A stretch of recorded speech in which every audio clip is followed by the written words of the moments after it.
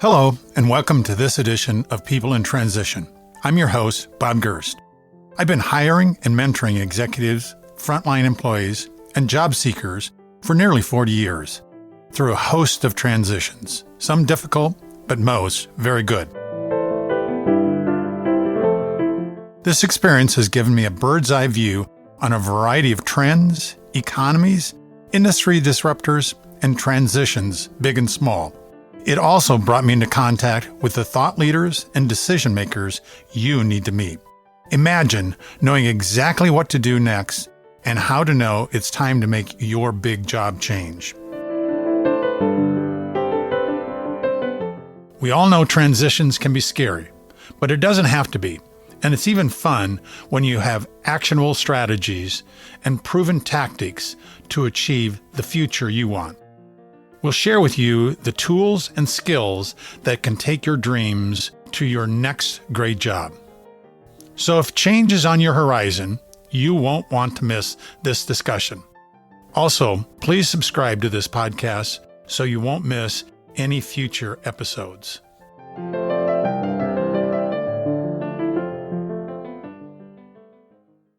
What if the key to unlocking your full potential isn't just about working harder, but thinking differently about your career?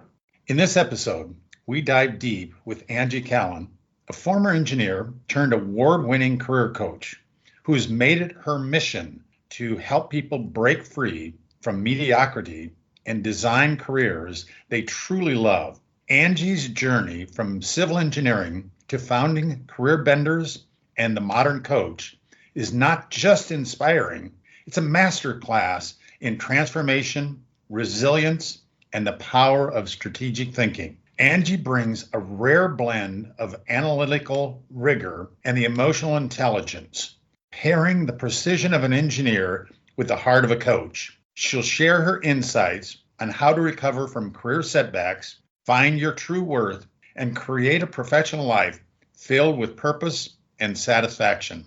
Whether you're an executive seeking to lead with more impact, a professional navigating your next move, or an aspiring entrepreneur, Angie's wisdom will light the path forward.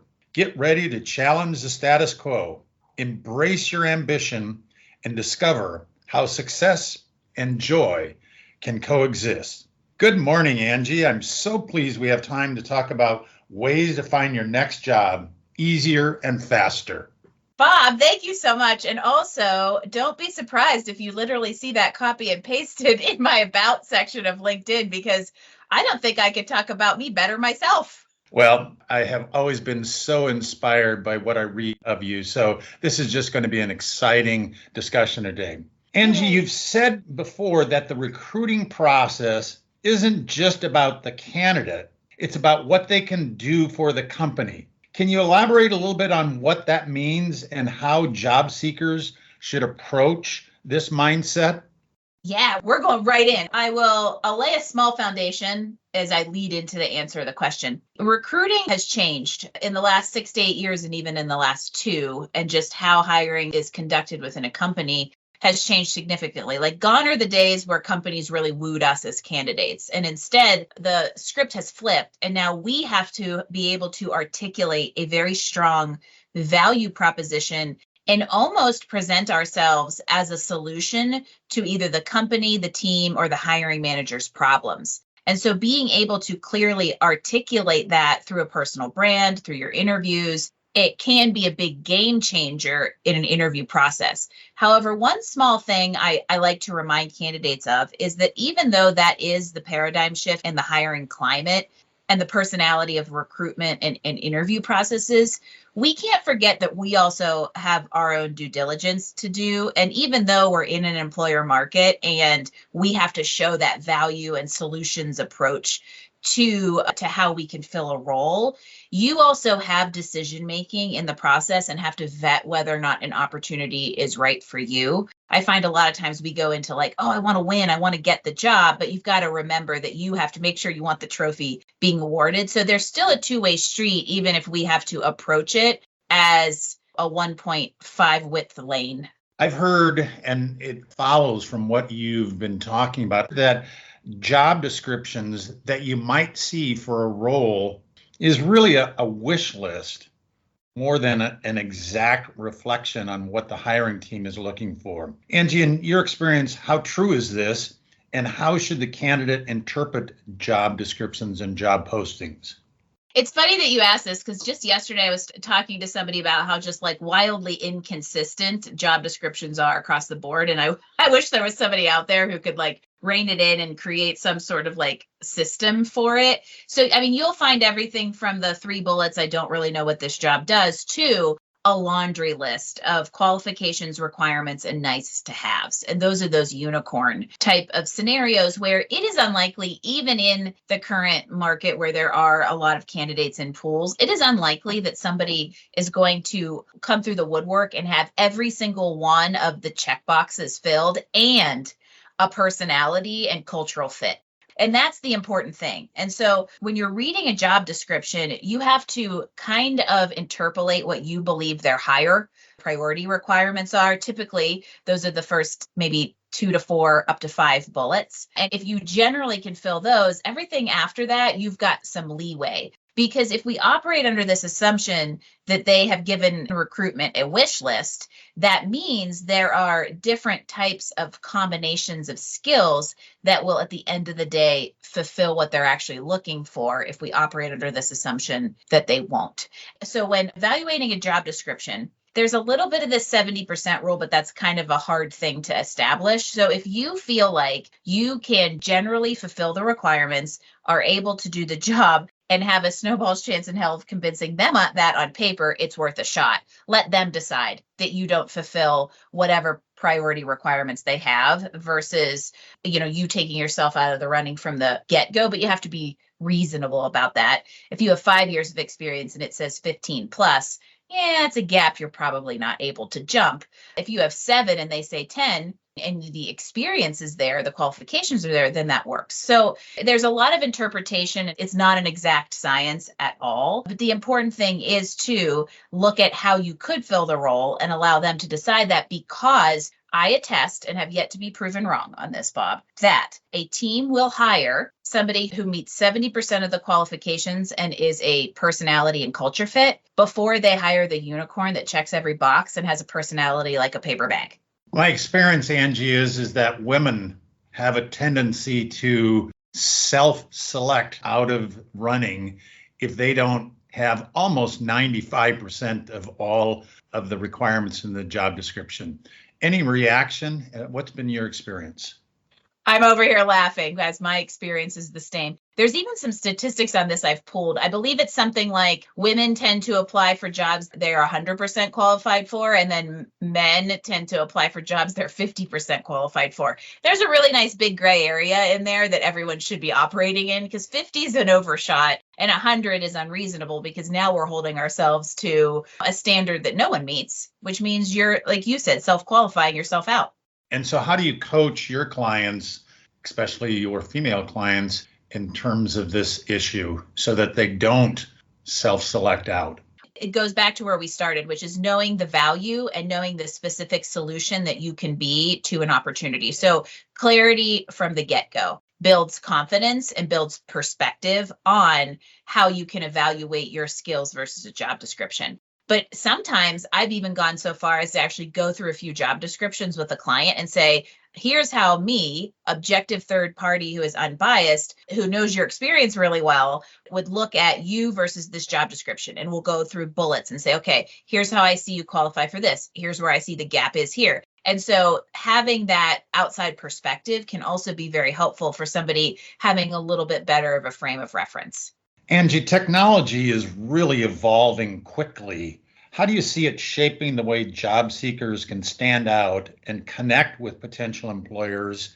And kind of a follow-up question, where do you see AI and its future in the whole recruiting process? When I hear technology just in the market in general, AI is the hot button. So I'm just going to take all of that and kind of dump it together. And it's funny, I have a perspective on how AI is playing a role in hiring right now, not so much from the hiring process, but from qualifications. And I saw a friend of mine post on social media just literally this morning, and it said, AI isn't going to take your job, but the person who knows how to use AI will. And I think in a nutshell, that's a really good way to think about how important it is to stay current on skills, stay current and relevant in technology in order to remain competitive in a landscape that is changing much more quickly than we've ever seen. And so again, the person who knows how to leverage AI is going to have a stronger value proposition than somebody who doesn't, because we know AI is going to be present in just about all of our operations, even if it's something as simple as how do I use ChatGPT to be more efficient with content writing? So that's something to think about in where AI is fitting right now as far as candidacy goes and how to make sure that you stay on top of your game. As far as where it comes into the hiring process itself, there's been the whole ATS thing that isn't really AI, it's just a database, but that's been around kind of forever. However, I do anticipate that AI will continue to come into the ATS and merge into something that's probably even a little bit more passive reviewing of resumes than we see now. We're seeing more one-way interviews coming into processes where candidates are sent a link to record a few questions with like AI prompts. And so where I see it coming into hiring is an efficiency tool for hiring teams and recruitment teams in those early stages of interviewing to just make them more efficient and be able to parse through large stacks of candidates faster. Angie, one of the things that I read not too long ago was that video resumes are gaining some traction. Do you think that that will become a major part of the job search strategy in the future? I really do. And it's even started to become part of like the job search and the resume strategy now. But I also think it can be a little bit of a trap where candidates tend to hyper focus and they lose sight of the fact that at the end of the day, humans still hire humans. Social media, let's merge into that. Social media has become a big part of personal branding. How do you think professionals can use it effectively to boost their career opportunities? Let's just go to LinkedIn because from a professional perspective, it's kind of the only one that is super, super relevant. You know, with the exception of if your personal social media has stuff on it that you wouldn't want a professional eye to see, lock it down. Set it all private and lock it down. From an advantage perspective, LinkedIn is the place to be, and it has essentially become a third component to your overall application. In addition to resume, cover letter, recruiters and hiring managers will come and look at your LinkedIn profile. They'll look at your activity to kind of validate what you said on a resume. Because if you can put anything on a resume, and like 80% of people lie on a resume, by the way, don't do that. Please don't do that. There's a difference between lying and strong representation of your skill set. But because of that, recruitment teams will use LinkedIn as a place to come and say, okay, well, if they would say it on a public platform, it must be true. And you want all of that stuff to be working in tandem and supporting the value proposition that you want to present to people. And when I say that stuff, I mean, make sure your resume and your LinkedIn profile present the same value, present the same focus. Make sure the cover letter presents those same value and values. And so it is a really, I actually think, critical piece. Not having a LinkedIn profile or being present on LinkedIn, I don't mean being a content creator, but I mean at least having a complete profile and logging in regularly, weekly. Not doing that used to at least be a neutral. I now think it's a negative. So at the minimum, if you're actively job seeking, you need to be on LinkedIn and have a presence and be an active user. Would you say that that's the biggest downfall or problem that a candidate experiences in their use of LinkedIn, or is there something else? Lack of using LinkedIn is a downfall. There are some ways that you can kind of go wrong on LinkedIn. The biggest is being too forward. If you're going to use LinkedIn as a networking tool, not using LinkedIn as a networking tool is a miss because that's a free opportunity right there. However, if you are, be careful in how you're messaging things. Don't go sending people messages that say, hey, I see you work at this place and I want a referral for this job. Because you can network into places and you can build relationships with people who work at target companies, but you have to go at it from a human angle that respects the fact that they're going to meet you where you're at and support you. You don't take a ring in your pocket on the first date, so don't do that on LinkedIn. Let's shift gears just a little bit and talk about skill-based hiring. I think it's opening doors for people transitioning into new fields based on their transferable skills rather than just their years of experience. Can you talk a little bit about how this is reshaping the job market? I love skills-based hiring. I would love to see more of it. It's tricky because I see more of it, but I also think there's a push-pull there because in hiring, when it's an employer market, hiring managers can actually get more of that unicorn checklist we talked about. Still not all of it, but they can get more of it, which can make it hard to have this strong of a value proposition if you're a skill-based candidate. And that's where I feel like if you can articulate, here's how my skills are even better than somebody who has the hard experience, it will get you into the conversation, and the conversations where you need to get, because now that's where your personality can shine. And also the alternative and new perspective that you bring. Why I would love to see more skill-based hiring is because I don't think people realize diversity in experience actually breeds creative thought. It breeds great culture. And skills-based hiring can actually help teams be more innovative than if you just bring in the round peg for the round hole. How do you think, Angie, candidates can identify their most valuable transferable skills, and what's the best way for them to help connect the dots for that hiring manager about their transferable skills and the job opening? First, you have to identify them. So let's start there. This is a side note, shameless plug. This is where somebody like me can be really helpful if you are having a really hard time, or you are one of those skills-based people who needs to identify the right skills for what you're targeting. However, this is something that if you're self-aware enough, you can sit and work through on your own. You can review performance reviews. You can review feedback. You can review work that you've done to find common themes. So what is something that continuously comes up in your performance review as excels at? Or what do you find yourself really loving to dig your teeth into and get into from a work perspective? Because clearly that's something where there's a strength. And so observe, document. This isn't necessarily something you'll sit down and do in 15 minutes, but it could be. I'm a big fan of keeping, a brag book or a work journal where you actually have something to go back and review. And speaking of AI, you even now have a little thing called ChatGPT where you can dump some of this stuff and see what it thinks. You can't take it all at face value, but if you just need a little bit of a direction, that can help. If you need a lot of direction, bring a human in, because then you have to interpolate and you have to interpret that information to a hiring manager, and actually even to a recruiter first, in very clear terms. So it needs to be front and center on your resume. I bring this. Here's my value proposition. Here's what you can expect from me. Here are the 10 skills I bring to you, right? You can't hide that stuff because there are a lot of stakeholders when it comes to reading resumes. Some are human, some are not. And so you've got to kind of appeal to each one in order to say, here's what I have for this stakeholder, the ATS system. Here's what I have for the recruiter. Here's what I have for the hiring manager. So you've got to find that dance while having that value proposition right front and center. Angie, that classic interview question, tell me about yourself, can really be tricky for some candidates. What do you coach your clients the best way to structure a response that's going to have the maximum impact on the hiring manager? I love this question. And I love this question because it is a huge opportunity that most people squander. Because tell me about yourself is not a let me start at 1996 and walk you through every single role in my resume. I've had people do that. And 18 minutes in, your eyes are glazed over because you can't, nobody can consume that much information at once anymore. And so I think about responding to tell me about yourself as a conversation starter, not a brain dump of everything you want them to know about you. And in order to keep yourself in control, I have a 3-point structure for it. Where have I been? Where do I want to go? And why is this job it? In leveraging that structure, because in addition to tell me about yourself, there's usually 3 or 4 questions that succeed it. Tell me about yourself.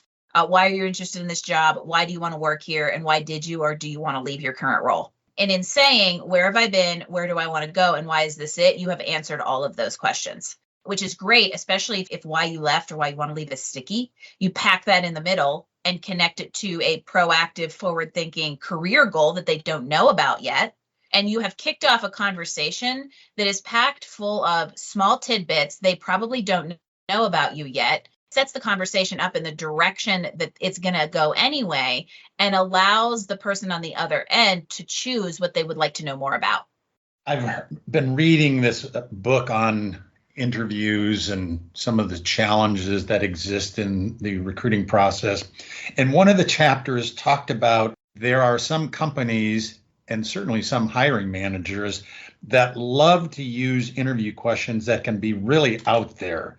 Like, if you were a dinosaur, what kind of dinosaur would you be? Yeah, or if you were a color or a superhero or an Exactly. animal. How do you coach your clients if they run across that question? I've seen them, but they're rare. And so and you don't know which, flavor of the month they're going to pull out. And so I generally try to just put people on the aware of like, hey, this is uncommon, but just in case, you could get the what color is your parachute question. And just by knowing it might come, it can help you think more quickly on your feet to answer it. And even having an answer to one or two of the specific ones can help, because then it's like, okay, they ask me what superhero I would, but if they ask me what superpower I could have, I'll just say flying, because my answer to the other one was Superman, right? So it helps with like faster association and kind of faking out your mind to think more quickly on your feet, which is essentially the entire MO with any of those kind of trick questions, that you don't know exactly what they're going to ask, but you can prepare for in a way and then quickly associate and pivot to context.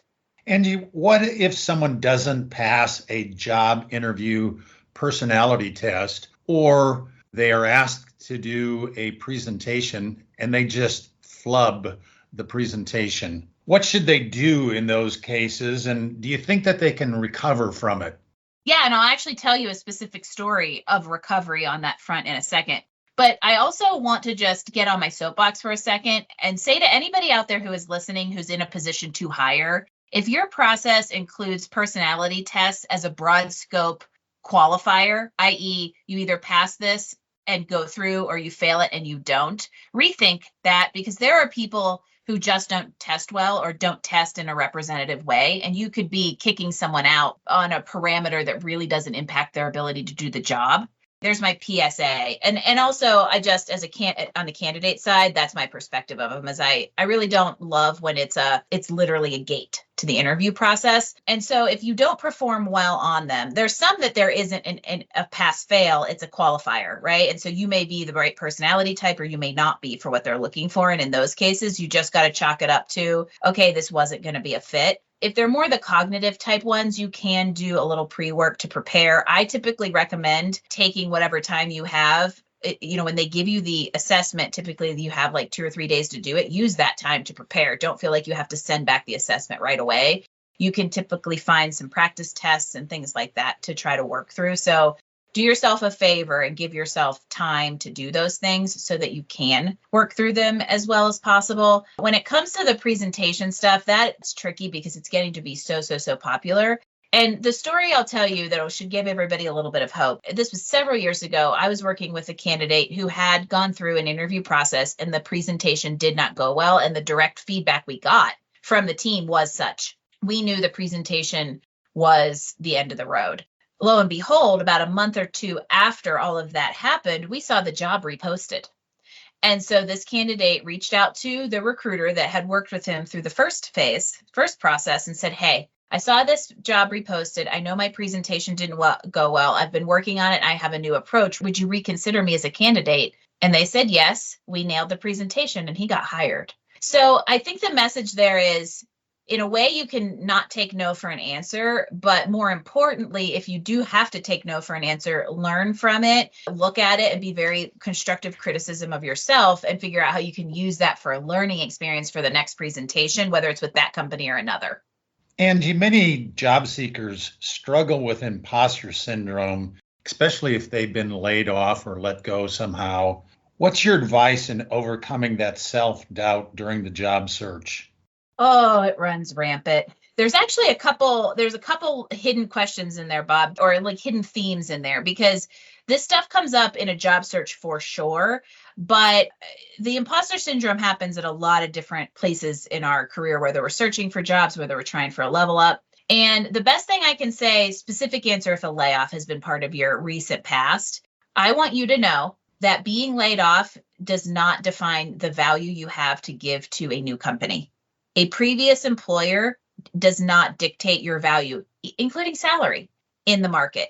Your skills, knowledge, experience, and culture fit are what dictate the value you bring. So you really have to root yourself in that and unpack the career PTS baggage that comes from toxic work environments, that comes from being laid off or ugly departures from companies. That's a little bit easier said than done, but as a blanket statement, it doesn't define you. Leave the bags at the door.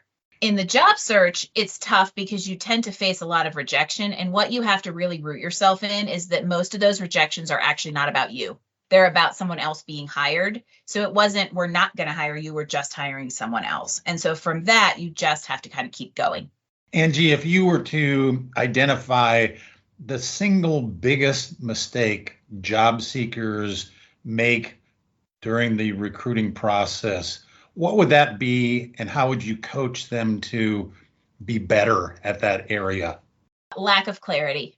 Lack of clarity in a job search is more detrimental than a bad resume because it probably means you have one. And what I mean by lack of clarity is knowing exactly what types of roles you're targeting at what types of companies so that you can then, to bring this full circle, align your value proposition to it.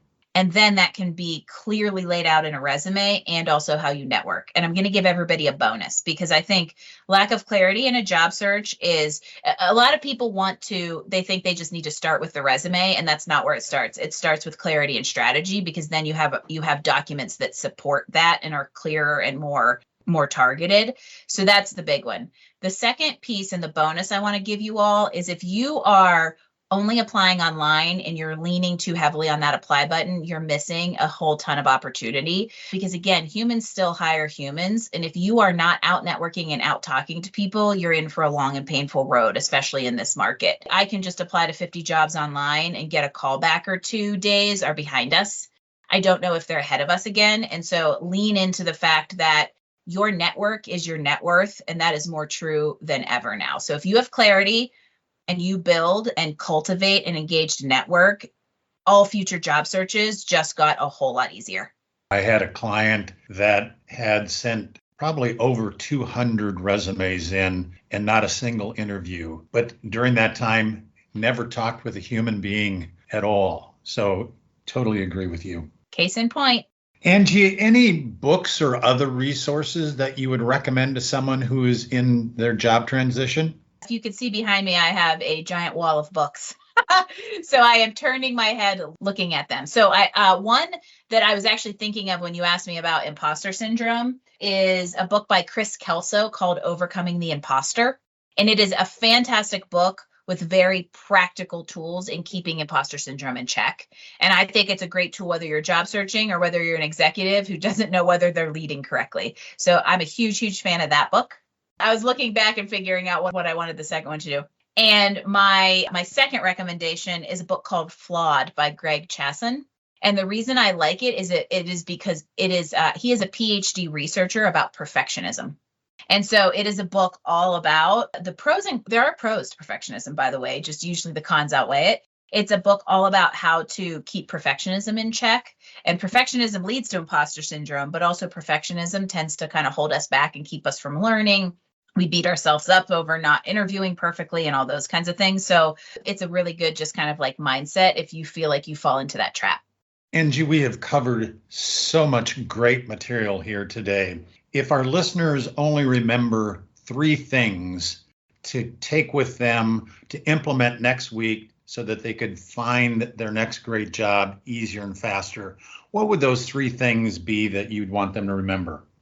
Get crystal clear on your goals. Whether it's job search or career, get crystal clear on your goals, know and trust the value that you bring to the market. And third and most importantly is be a human.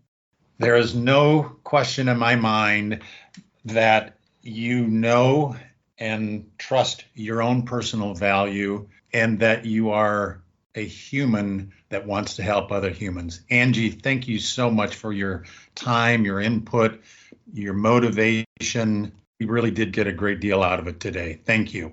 Thank you so much for having me, Bob.